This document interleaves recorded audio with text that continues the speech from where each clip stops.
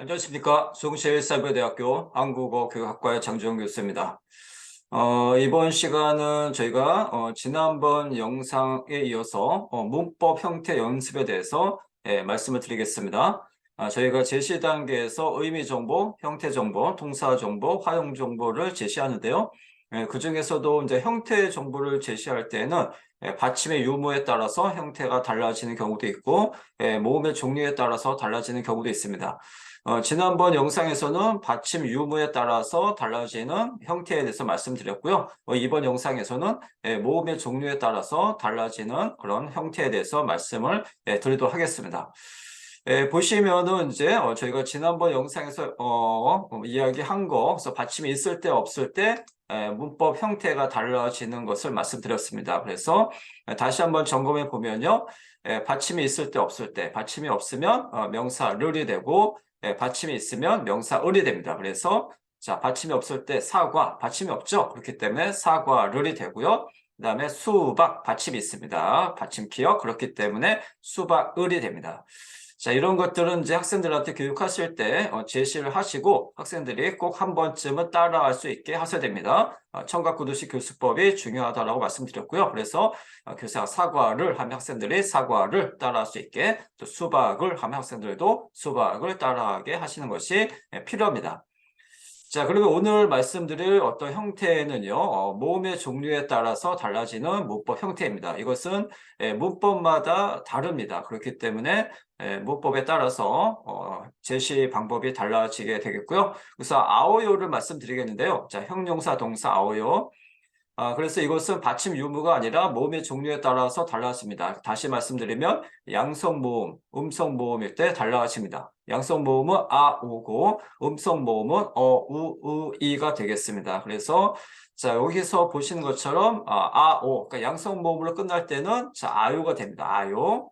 그래서 아요, 어요, 해요 중에서 아요가 돼요. 자, 그 다음에 하다는 해요가 되고요. 그 다음에 우, 이 기타 모음은 어요가 됩니다. 자, 그래서 동사를 예로 들었어요. 그래서 가다 그러면 아로 끝났죠. 그렇기 때문에 아요, 가아요인데 아가 두 개니까 한 번만 써도 돼요. 그래서 가요가 되고요. 그다음에 오다는 자, 오아요죠. 오아요. 그래서 오아가 합쳐져서 와가 됩니다. 그래서 와요가 되죠. 그래서 학생들에게 따라 하시면 됩니다. 그래서 따라하세요. 가다, 가요. 학생들이 가다, 가요 따라 하고요. 오다, 와요. 학생들이 오다, 와요 따라 하겠습니다. 하다는 해요로 바꾸면 돼서 이거 간단합니다. 공부하다, 공부해요. 어렵지 않고요. 역시 따라하기 하시고요.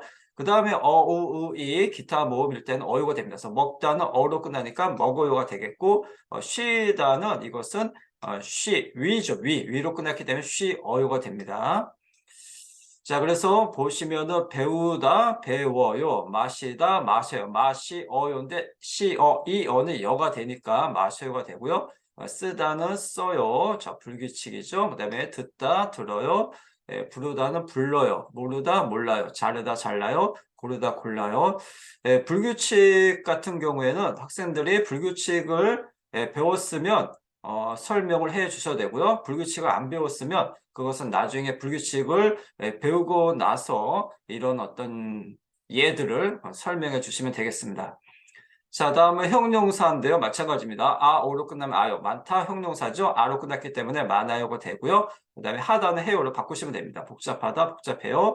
그 다음에 우, 이, 어요. 적다, 어로 끝났기 때문에 적어요가 되죠. 역시 불규칙이 크다, 커요. 덥다, 더워요. 빠르다, 빨라요. 다르다, 달라요가 되겠습니다.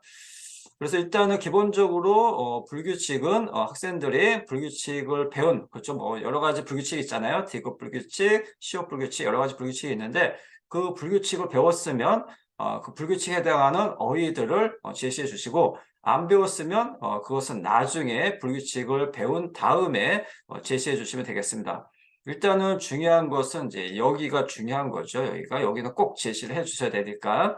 그래서 모음의 종류에 따라서 달라진다라는 것입니다. 그래서 양성 모음이 오로 끝나면 아요가 되고 음성 모음 우, 이로 끝나면 어요가 되겠습니다.